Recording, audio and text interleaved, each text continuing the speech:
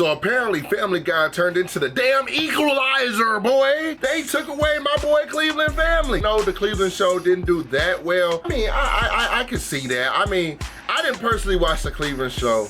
I don't think it connected with black audience like it was supposed to. And I think that it was a great idea for a spinoff, but it just didn't have that, I don't know, man. It didn't have that spark. You know what I'm saying? We were used to watching Family Guy, the Cleveland show.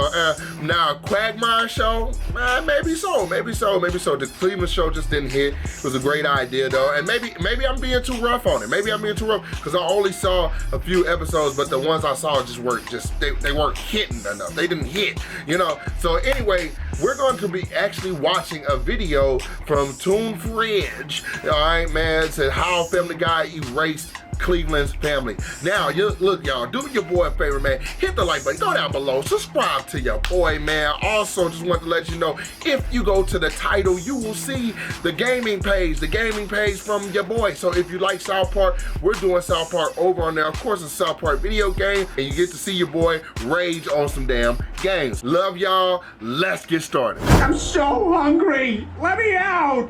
I tell you what, first guy that lets me out gets his own spin-off. Not you, Cleveland. Family Guy is incredibly popular.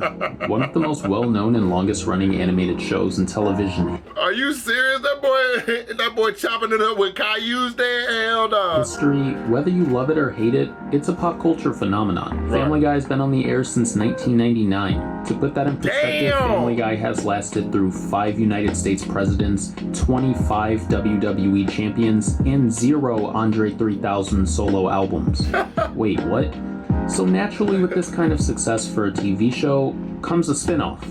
It's a trend that's been happening for decades. Friends was super popular, so we got Joey. Jimmy Neutron was super popular, so we got Planet Sheen. And Family Guy is super popular, so we got The Cleveland Show. But in general, there were some glaring problems that kept it from ever becoming truly successful. The immediate problem everyone had was simple. Why Cleveland? Out of all the characters in Family Guy with bright and vibrant personalities, why did they pick one of the most lackluster characters in the entire show to get his own spin-off? Right. Sure, Cleveland has had some funny and memorable gags in Family Guy, like being in his bathtub and falling and saying no, no, no, no, but aside from a moment here and there, Cleveland was one of the most boring characters in the early Family Guy. Thanks. But regardless of the decision-making behind the choice, Cleveland ended up... Bro, you know the decision-making behind the choice. Let's be 1,000, bro. They wanted to connect with more black users, what the fuck, viewers, bro. And so they decided to make the Cleveland show thinking that a whole bunch of black people are gonna run to it and be like, oh my God, shit, it's like Family Guy, but black. No, it's not gonna work like that, my boys. Because Cleveland is very dull. You know what I'm saying? Very dull. But now Loretta ads was funny. But what's his new wife's name? What was his new wife? I don't know. But what happened to them though? That's what I really want to see. What the hell happened? Up getting his own spin-off in 2009. And it actually wasn't bad by any means. It just wasn't great. The word that comes to mind when I think of The Cleveland Show, mediocre. Right. The humor was a lot more mild and toned down than Family Guy, and a lot of the jokes just didn't land. But one thing that was very enjoyable about The Cleveland Show was Cleveland's family. Cleveland's son, Cleveland Jr., went from being an ultra hyperactive small child in Family Guy to an overweight, lovable loser in The Cleveland Show. Cleveland's new wife in the show, Donna, was pretty awesome actually. Cleveland's former wife was not only boring, but such an over-the-top, stereotypical angry black woman that... And that bitch looked like Florida Evans, like, what the fuck? Like, that's the problem. That boy Cleveland upgraded. That's one thing I can respect by my boy. You know, that boy upgraded because his new wife thick as hell. It could be cringe to watch at times. But Donna was strong and bold while also managing to be patient and understanding. Cleveland's new stepdaughter, Roberta, was like the opposite of Meg Griffin. She's popular, well-respected, with a strong and bold personality. And then there's Cleveland's new stepson, Rollo. Rollo is undoubtedly the coolest character in the Cleveland show. A quick-witted and street-smart 5-year-old, Rollo is packed with personality. He's smooth with the ladies, and he's got the wisdom of a 30-year-old who's been in the streets his whole life. But he's also still a kid at the end of the day, and enjoys kickball and sugary cereals. But then again, who doesn't enjoy kickball and sugary cereals? I mean, no, that's big facts. I mean, I could do without the kickball, but the sugary cereals, my boys. These characters were the nucleus of the Cleveland show, and they were great. A common complaint about Family Guy is that it usually feels cruel.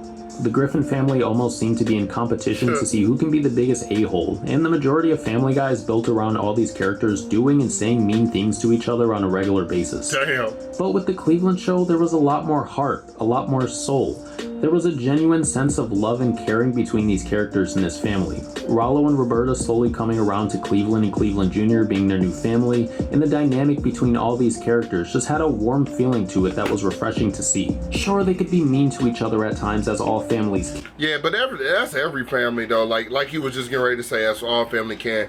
Like, that's every family. I'm sure that you have like brothers and sisters, or even if you don't, you probably know somebody with that just like, you know, y'all get into it. Y'all talk shit. Y'all get back cool. Y'all get into it again. You know, it's just the circle of life. That's my interpretation of The Lion King. I'm just saying, bro, you know, family's gonna get into it. And I think that the way Family Guy does it, though, is OP. Like, they really go above and beyond. You know what I'm saying?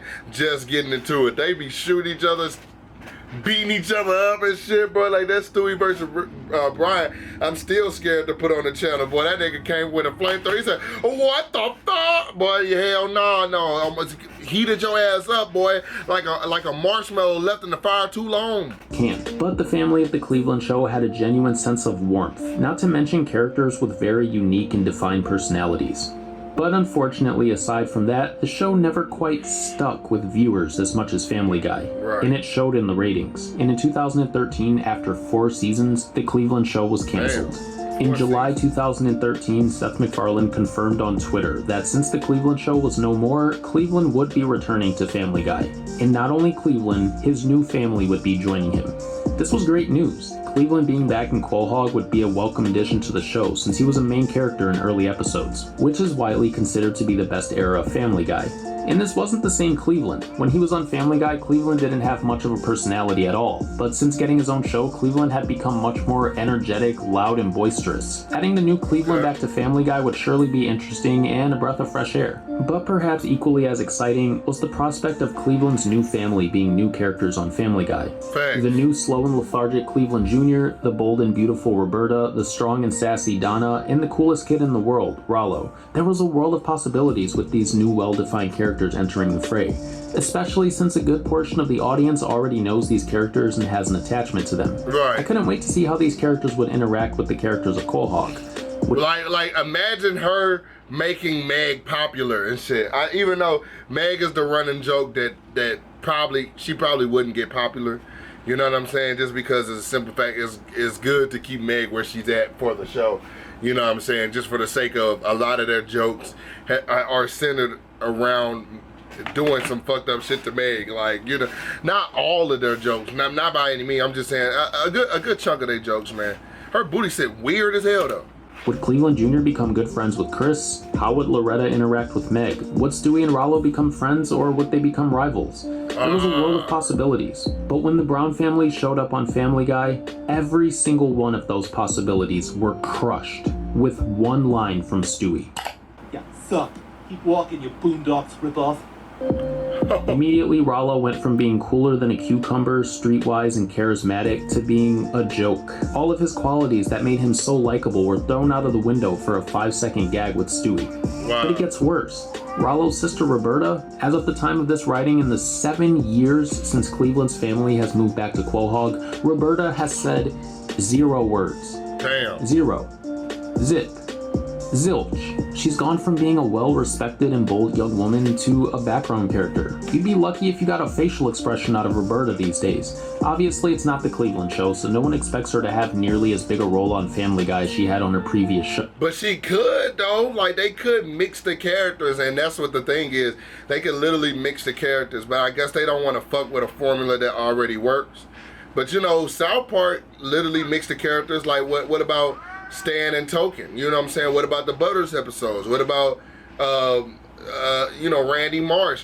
But if they stuck with the same format over years, I know a lot of people say, oh, the new Family Guy is, the new Family Guy, the new South Park is crap, and I don't like it. But I honestly don't believe the new South Park is crap. I think that they've experimented with so much, and I do think they have a lot on their plate. But at the same time, it's just like the love that we built with all these characters. Like he said, they built a whole spin-off series. You never know, with them combining everything, could breathe a new breath of life in the show that they just are really missing out on all this untapped potential. Shows. But to have a character with that much personality that fans are familiar with, and to have them say 0 words for over 7 years, it's kind of mind-boggling. Cleveland Jr. isn't too far behind. Since returning to Family Guy, Cleveland Jr. is a key character in only one episode, A Shot in the Dark. In the episode, Peter accidentally shoots Cleveland Jr., and it ends up being an episode about hate crimes against black people. Jr. has a handful of lines in this episode, but aside from this episode, nothing. With the exception of this episode, Cleveland Jr. has said close to 0 words in over 7 years. No friendship with Chris or Meg, no interaction with the other characters, nothing. The Cleveland show character, aside from Cleveland with the most lines on Family Guy, has by far been Donna. Quickly become a part of Lois's crew of married women along with Bonnie, and she has the occasional line or two, usually something sassy. They've definitely not showcased her layered personality very much and have focused more on her sassiness for the most part, but that's to be expected since she's playing a smaller role now. Right. But it's nice that we at least get to see her interact with us. She low-key bad, though. Let's be honest. Like, you know what I'm saying? Real life Donna, she bad. Other characters. Family Guy is a show that's known for having a lot of characters. From the main characters to the supporting characters to the various characters around town. Greased up deaf guy, anyone? And almost all of these characters are occasionally given some lines and even sometimes key roles in episodes. So it's strange that these characters who were once super important to an entire show, characters with so much personality and so many layers, characters that the majority of the fan base knows and feels some sort of attachment to, have become nobodies. Wow. Simply background characters with little to no importance at all to the show. We've heard and seen more from Joe and Quagmire's family members that don't live with them than we have from Cleveland's family that lives right across the street from Peter and the main family. True. You have to wonder if this was intentional. Was Seth MacFarlane or Fox so disappointed with the outcome of the Cleveland show that they just wanted to scrub any remains of the show from existence? Or do the writers of Family Guy just feel the characters lack the personality to be relevant characters on Family Guy? For now, to see this, I really think that it's just they taking so much time and putting so much money into it that they're almost like they're almost scared to give them more of a role because they don't want to fuck with the original Family Guy audience. You know what I'm saying? The Cleveland show didn't do so well. I think that it's just like, damn, scared is probably not the best word, but just they don't want to make that jump again. They're not comfortable enough to make that jump again. You know what I'm saying? This warm, lovable family will have to stick to watching Cleveland show reruns since it airs in syndication on a regular basis. The Cleveland show was a failed experiment, but it brought some likable characters and some enjoyable moments. And for that, I think it deserves appreciation. What do you think? Do you want to see more of Cleveland's family on Family Guy? Sound off in the comments. And be sure to like this video and subscribe to Toon Fridge for more cartoon content. Thanks for watching, guys. Man, that was a great video, man. I'm really glad that he did that, man. Shout out to my boy Toon Fridge, man. He reminds me of my boy Bloom, bro. They should do a collab, bro. I need to hook that up, man. Let me know down there in the comments. Do you honestly think the Cleveland show was it good or was it bad? Like, do you think it was good or do you think it was bad? Because me personally, like I said, I watched a few episodes. I never really got into it. You know what I'm saying? Donna, you know what I'm saying? Hot Donna, you know what I'm saying? Like, but other than that, I don't know, like, I mean, I kind of agree that I'm glad they scrapped it if it just wasn't getting the views, but it had potential. I think maybe it needed a different writing cast, you know, like work to Cleveland strips, you know, maybe, whatever. So y'all let me know what y'all think, man. Go down below. Also, make sure that you click like on the gaming page or click on the gaming page. It will be in the title, Gaming with Quizzy, all right? Love y'all. Be safe. Peace.